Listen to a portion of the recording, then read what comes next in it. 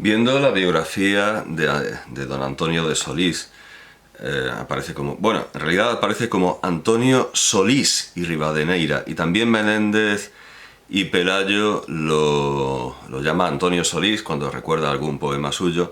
Antonio Solís, no parece necesariamente que lo apee del D, que lo apee del tratamiento de alguna manera. De las dos maneras aparece Antonio Solís y Antonio de Solís y Rivadeneira. Bueno, llamémoslo de las dos formas, según se nos cante, según nos apetezca. Bueno, pues viendo la biografía de don Antonio de Solís en el diccionario biográfico de la Real Academia de la Historia, firmada por Miguel Héctor Fernández Carrión, podemos intuir las razones del olvido en el que está este escritor, buscando precisamente lo que dice de él Menéndez y Pelayo, que por cierto, todo el mundo también lo apea de él, y que yo creo que adoptó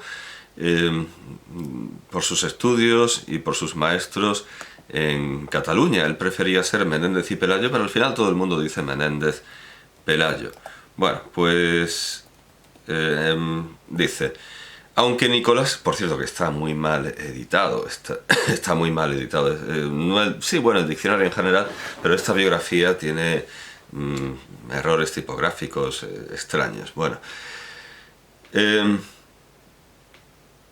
las principales obras de Antonio Solís son Poesías sagradas y profanas, Madrid, ediciones Goyeneche, 1692, como si fuera una editorial moderna, ediciones Goyeneche. Comedias, Madrid, 1681, Comedias y Poesías, qué raro es todo esto, Comedias y Poesías, Madrid, Biblioteca de Autores Españoles, 14, 23 y 28, Historia de la Conquista de México, Madrid, a partir de 1684, y destaca la edición realizada en 2 volúmenes en 1783-1784. Precisamente es por esta última obra por la que es reconocido como cronista. Bien, eso es cierto. Nadie le quita a Solís su mérito como historiador. Se puede discutir y se discute su valor como literato, pero como historiador objetivamente no se le puede quitar ningún mérito. Aquí tengo la edición de la colección austral de Espasa-Calpe de la Historia de la Conquista de México. Vemos que escrito con J, la 4ª edición. La primera fue de 1947, esta es la 4ª edición de 1970. No tiene ninguna introducción, no tiene ni siquiera mención del editor.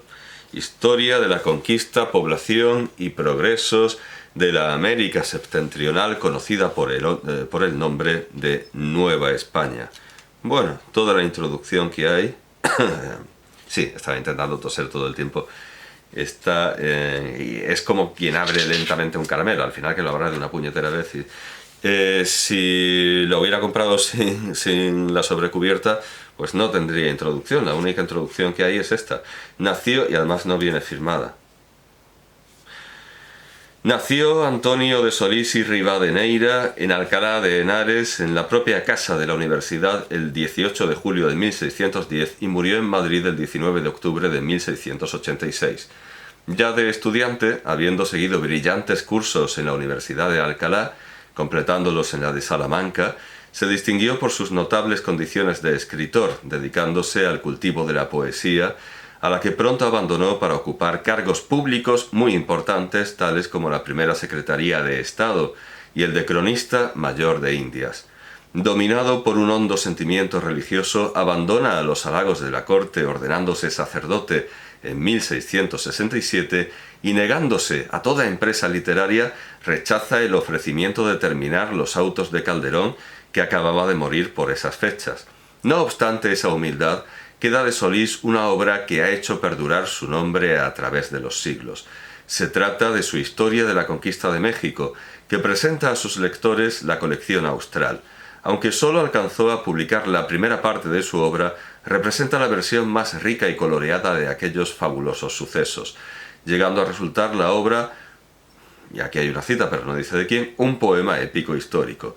Es de admirar en este gran libro la fresca contemporaneidad que proyecta viendo vivir a Moctezuma y a los suyos frente a ese puñado de intrépidos españoles que se portaron heroicamente al mando de Hernán Cortés, impresionando la ecuanimidad de Solís al juzgar a vencedores y a vencidos. Resultan también interesantísimas las páginas en que cuenta los misteriosos sucesos que antecedieron a la caída del imperio de los aztecas, prodigios del cielo y de la tierra que estremecieron a aquellos primitivos habitantes de América que así se dieron cuenta del magno hecho que iba a acaecer.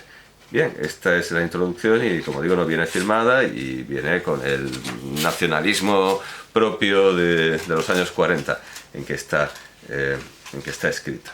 ¿Qué pasa? Si antes cabía, ¿por qué ahora no cabe? Qué extraño. Bueno, hermosísima tipografía, por cierto. Mientras intento volver a meter esto, hago tiempo, hermosísima tipografía. Quizás sí, también un poco al estilo italiano, un poco. Pero ¿cómo no cabe? ¿Cómo ahora no quiere entrar? ¿Qué diferencia hay? Vale, bien. Historia de la conquista de México. Bien. Nadie le niega su mérito como historiador. Ahora bien, como dramaturgo, sigue diciendo la biografía de la Real Academia de la Historia. Aunque Nicolás Antonio resalta el ingenio, la vis cómica del teatro de Solís, y lo mismo hace Mesoneros Romanos,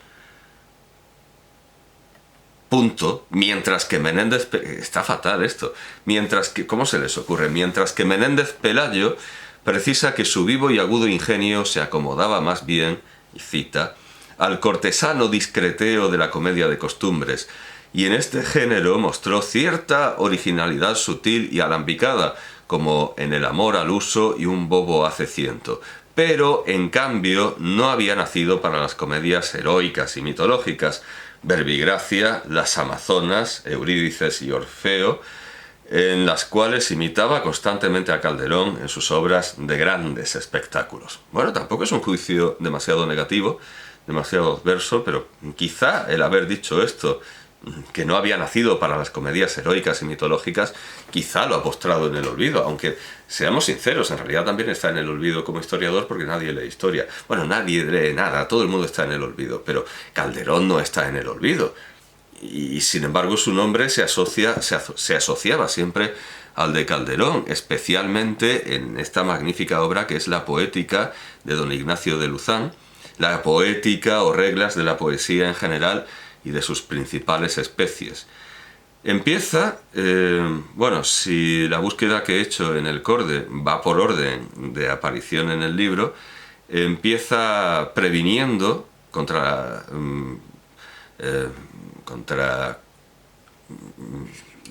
los detractores que pueda tener por criticar él a Calderón y Solís. Siempre une estos nombres, Calderón y Solís.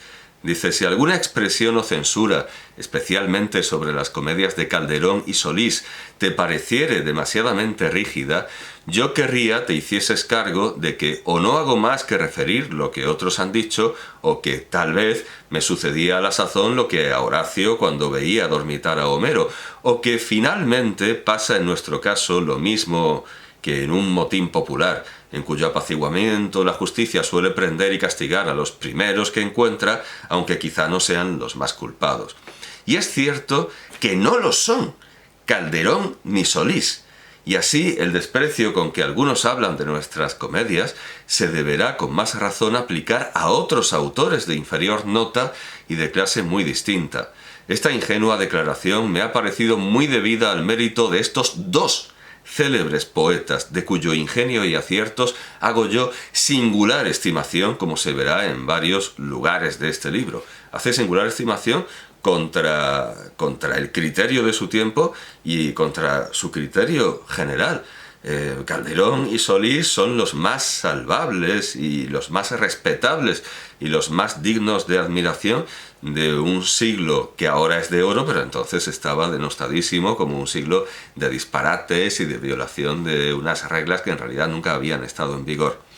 Luego dice, pero porque recelo que los muy apasionados de Lope de Vega, Calderón y Solís y otros grandes poetas pueden tal vez disgustarse por verlos censurados al principio de esta obra, página 125, yo les ruego que contengan o suspendan el disgusto, si le padecieren, hasta leer los singulares elogios con que se ensalza a ellos y otros cómicos españoles en varios lugares. Y bueno, da las páginas. Luego se sigue excusando por las censuras que pudiera hacer a Lope de Vega, a Solís.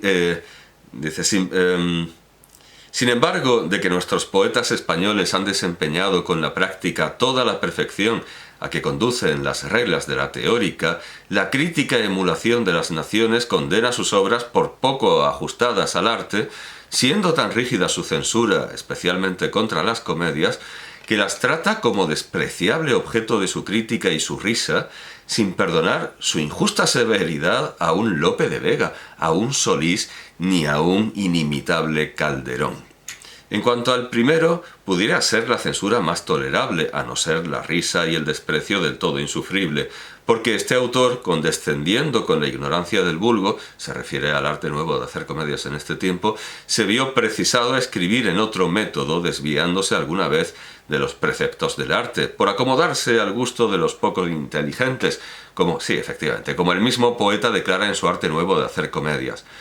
Con razón tuvo presente el autor de las anotaciones de Nicolas Boileau en su Arte Poética para moderar la aspereza con que se trataba ese grande ingenio en su censura, pero la crisis que hacen los extranjeros de Calderón y Solís, de Calderón y de Solís, jamás podrá justificarse en el tribunal de la discreción, pues sus defectos son tan pocos o tan leves que sin mucha piedad pudieran dispensarse, bastando para satisfacción de la extranjera crítica la que previno Horacio en su Poética, verso 351. Verum ubi plura nitent in carmine non ego paucis... bueno, está cortada la cita aquí. No, sí, aquí sigue. Y claro, no es verso, es versos. Verum ubi plura nitent in carmine non ego paucis offender maculis, quas aut incuria fudit, aut humana parum cavit natura. Yo discurro que este excesivo rigor procede de que, habiendo adelantado en sus poemas los primores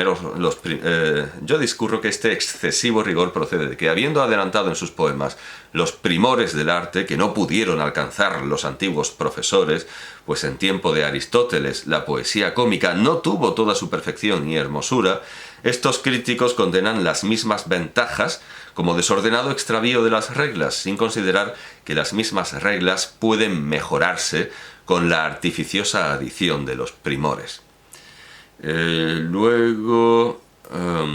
Vamos a ver,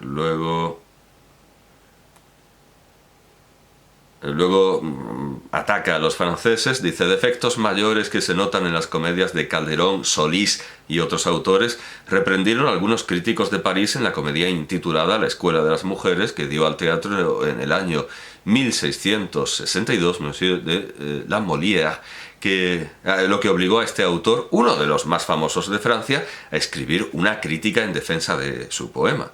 Bueno, ¿qué más? Es cierto que si un Lope de Vega, un Pedro Calderón, un Solís y otros semejantes hubieran a sus naturales elevados talentos unido el estudio y arte, tendríamos en España también escritas comedias que serían la envidia y admiración de las demás naciones, cuando ahora son por lo regular el objeto de sus críticas y de su risa. Mas, con pérdida lastimable, vemos malogradas tantas y tan peregrinas prendas de que los dotó la naturaleza, solamente porque, engañados de ese común error, pretendieron que su ingenio solo bastaba para acertar en todo, sin reparar que quien camina a ciegas, sin luz ni guía, por erradas sendas, solo puede esperar caídas y precipicios, debiendo los que se excuse más al favor de un acaso que a la prevención de un discurso. Pero no creo realmente que ni a Solís ni a Calderón les faltara estudio, ni a Lope de Vega. Luego habla de la poesía no dramática, de la poesía en general.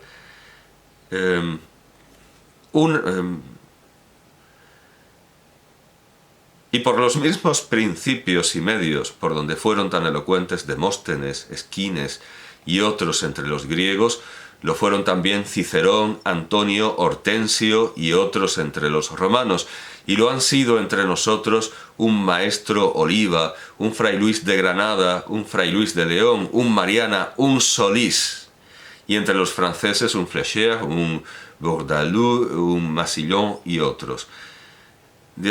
Claro, aquí es más bien el Solís historiador, el Solís prosista. Luego lo cita como autoridad: Solís expresó muy bien esto en una copla. Qué simple aquel ruiseñor que de su ausente se aleja, por dar dulzura a la queja, quita el crédito al dolor.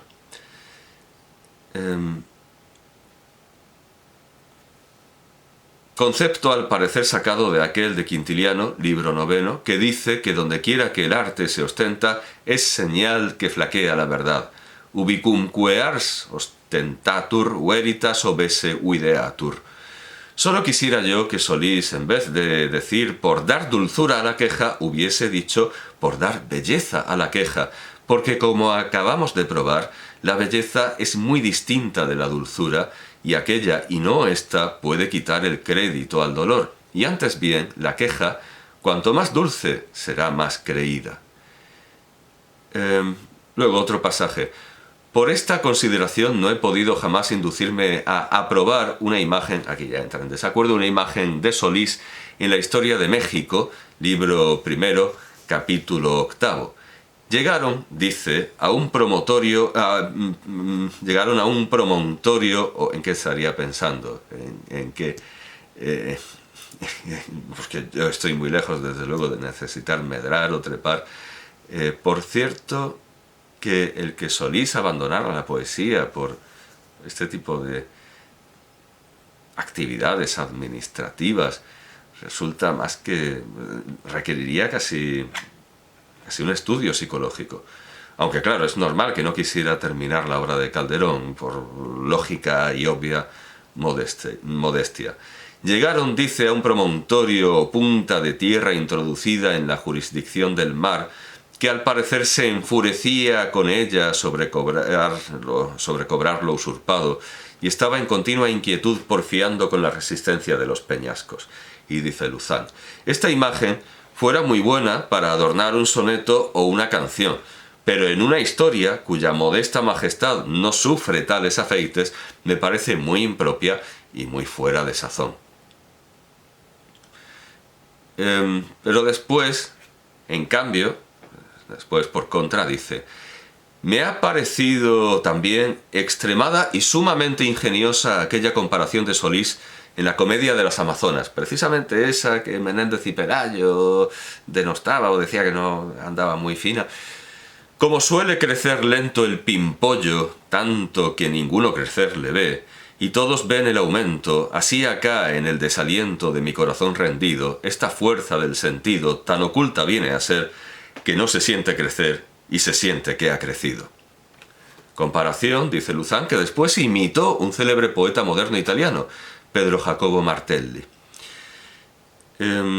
Después lo vuelve a citar diciendo, asimismo, cuando en la comedia de El Alcázar secreto de Solís decía Laura a los jardineros, trabajad, vuelvo a decir, que Diana ha de bajar y habrá más que cultivar si ella empieza a producir, dice Luzán. Podían los jardineros reírse de esta razón, fundada en una imaginación poética, sabiendo que lo que Diana podía producir era solamente imaginario y no necesitaba de un cultivo real y verdadero. De esta manera se descubre patentemente la falsedad y poco valor de tales conceptos y sofismas. Bien, da una de cal y otra de arena. Otro pasaje. El estilo medio o florido es el propio lugar para los adornos y arreos del artificio. De este género de estilo tenemos perfectos ejemplares en Ovidio y Claudiano y en las obras de Villamediana, de Solís, de Salazar, del Príncipe de Esquilache y otros, como el que quiera imitarlos sepa discernir los yerros de los aciertos y entresacar lo bueno, lo ingenioso y lo discreto de lo afectado, de lo excesivo y de lo impropio. Otro pasaje. No, bueno, simplemente lo cita como autoridad. Dice, más adelante se inventó que el cuarto verso fuese en decasílabo y a esta composición llamaron endechas, como las de Antonio de Solís a San Francisco de Borja. Bien, simplemente lo cita. La verdad es que no sé qué es lo bueno, si la de cal o la de arena. Supongo que lo malo es la de arena.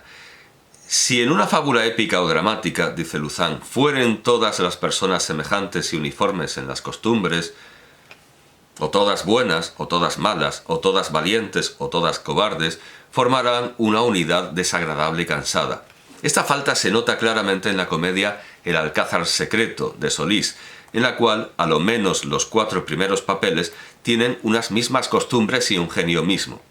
Conviene, pues, que el poeta diferencie y distinga sus personas con diversos genios cuya variedad no solamente hermosea más la fábula, sino que también la hace más deleitosa y más útil para el auditorio, compuesto por lo regular de gente de varias inclinaciones y de genios diferentes. Ahora lo cita simplemente como autoridad. En la otra clase de comedias, no del todo malas, sino solo en parte defectuosas, pongo todas aquellas en las cuales los amores se tratan con honestidad, los duelos con moderación, la virtud, aunque mezclada con algunos defectos comunes, se ve premiada y feliz, y el vicio o defecto, aunque no sea de los mayores, recibe su castigo. Y cuanto a estas, digo que a falta de otras mejores, se pueden tolerar en los teatros para diversión del pueblo ocioso, porque me parece que en tales comedias siempre es más la utilidad que el daño. De este género son muchas de Calderón, de Solís, de Moreto y de otros autores.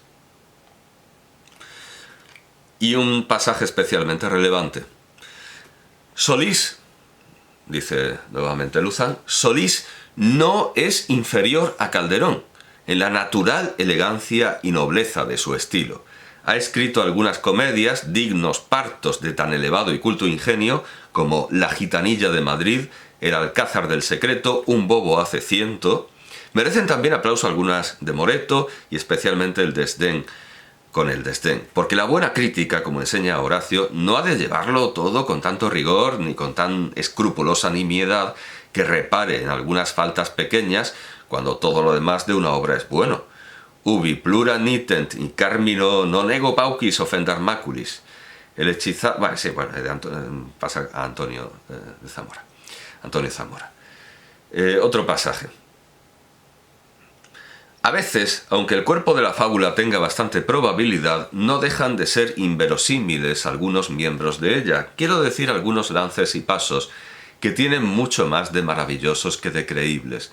No es ciertamente creíble ni verosímil lo que dice Segismundo en El Alcázar del secreto de Solís, que desde las costas de Epiro, donde se había arrojado, Epiro, donde se había arrojado al mar sirviéndole de bajel el escudo que la costumbre del brazo debió de aplicar al pecho, llegó a la isla de Chipre. Pero quien sepa cuántas leguas hay desde Epiro a Chipre, bien echará de ver que eso no podía suceder sin milagro. Asimismo, no siempre se pueden esconder los galanes con bastante verosimilitud en las alacenas de vidrios o detrás de las cortinas o tapices sin ser hallados ni vistos. Esto también vale, desde luego, para el teatro de Shakespeare, porque, no sé, asoman los pies, ¿no? Cuando Polonio está debajo está tras el tapiz... está detrás del tapiz, le deberían... Bueno, al final sí, es cierto que lo descubren. Y también ya se dijo, al introducir a Shakespeare, que probablemente esto venga de un manual de inquisidores. Ni son tampoco siempre verosímiles los lances de papeles y retratos que abundan tanto... Falta un en, abundan tanto... Ah, no, perdón. De que abundan tanto nuestras comedias, perdón, lo había leído mal, de que abundan tanto nuestras comedias, de los cuales dijo muy bien Candamo en la comedia Por su rey y por su dama, que tienen una dureza intratable. Bien, otro pasaje. Causa notable extrañeza el ver trasladados los mantos y las costumbres de Madrid a Viena, a Hungría y aun del Asia, en las comedias Mejor está que estaba, El perro del hortelano y El mágico prodigioso. Y yo he oído, no sin mucha risa, nombrar al conde Antenor y al conde Eneas en la comedia de Héctor y Aquiles de no sé qué autor. En la de Eurídice y Orfeo de Antonio de Solís, Aristeo y Felisardo más parecen españoles de nuestros tiempos que personas de tan distinta nación y de siglos tan remotos, según lo entendidos que están en las leyes del duelo. Bueno, pero esos anacronismos son moneda corriente y licencia más que lógica. Como prosista ahora. Bueno, lo leo. El uso. Noticia importante también, anotación importante. El uso de los diccionarios para alguna palabra suelta es más breve y más fácil, pero la lectura de los buenos autores es mejor, más segura y más provechosa. Con este ejercicio se viene insensiblemente a formar el estilo puro y elegante, como estando continuamente al sol se tuesta sin sentir la tez del rostro, o como las aguas de una pura fuente pasan invisiblemente a ser alimento y sustancia de las mismas plantas que riegan. Sobran en España autores que han escrito con puridad. Garcilaso de la Vega, Fernando de Herrera, el padre Fray Luis de Granada, Miguel Cervantes, Lope de Vega Carpio, el padre Mariana en su insigne historia, el Saavedra en sus empresas y en otras obras, el Solís en la historia de la conquista de México, don Pedro Calderón en sus comedias y el padre Urbano Campos en la traducción que hizo con mucha propiedad de las odas de Horacio y otros muchos. Y de nuestros tiempos, don Luis de Salazar y Castro y el vizconde del Puerto, cuyos escritos, como quier que yo no he leído, me atrevo a proponer como puros con seguridad de no errar, afianzado en el purgado juicio del eruditísimo padre don Benito Feijóo, que los aprueba y alaba. Y no es que me haya reído, Dios me libre, ni muchísimo menos del nombre de Saavedra Fajardo en sus empresas políticas. Es que debería haber bebido agua antes de hacer esta presentación, en la que estoy luchando como gato panza arriba vocalmente, hasta que el cartucho se acabe a la media hora. Dios me libre de reírme de alguno de estos nombres. Luego vuelve a citarlo como prosista, como historiador. ¿Quién duda que en un soneto, dice Luzán, en una canción, en suma, en una composición poética, será gracia digna de aplauso lo que en una historia, en un sermón, es afectación cansada? Por esta consideración, no sé cómo pueda ser aprobada en una historia la siguiente expresión de un célebre histórico, Solís, Historia de México, libro primero, capítulo 8, o sea, es lo mismo que... bueno, claro, perdón, porque esto ya no es de la poética. Tiene derecho a repetirse, a repetir algo que le parece importante, porque esto ya no está en la misma obra, está en el arte de hablar, o sea, retórica de las conversaciones. Y vuelve a criticar el mismo pasaje de Solís. Dice, un célebre histórico de los nuestros de no menor mérito que fama, la cual expresión a mí, con sinceridad hablando, parece demasiado poética. Y vuelve a repetir el mismo ejemplo. Llegaron, dice, a un promontorio o punta de tierra introducida en la jurisdicción del mar, que al parecer se enfurecía con ella sobre cobrar lo usurpado, y estaba en continua inquietud, porfiando con la resistencia de los peñascos. Y dice ahora, estas imágenes de la fantasía de dar alma y sentido y a un discurso a lo inanimado no caen bien en una historia. Sed nunc non eratis locus. No era el lugar.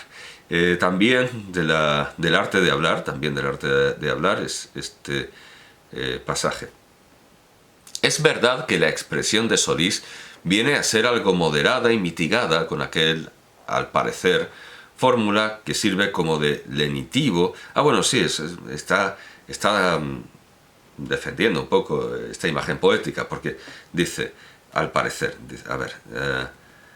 estaba en continua inquietud, eso es, al parecer se enfurecía con ella sobre cobrar lo usurpado. Y dice,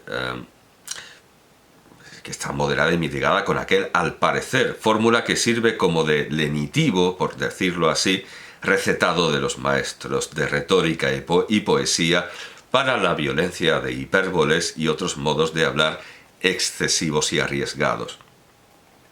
Pero todavía no me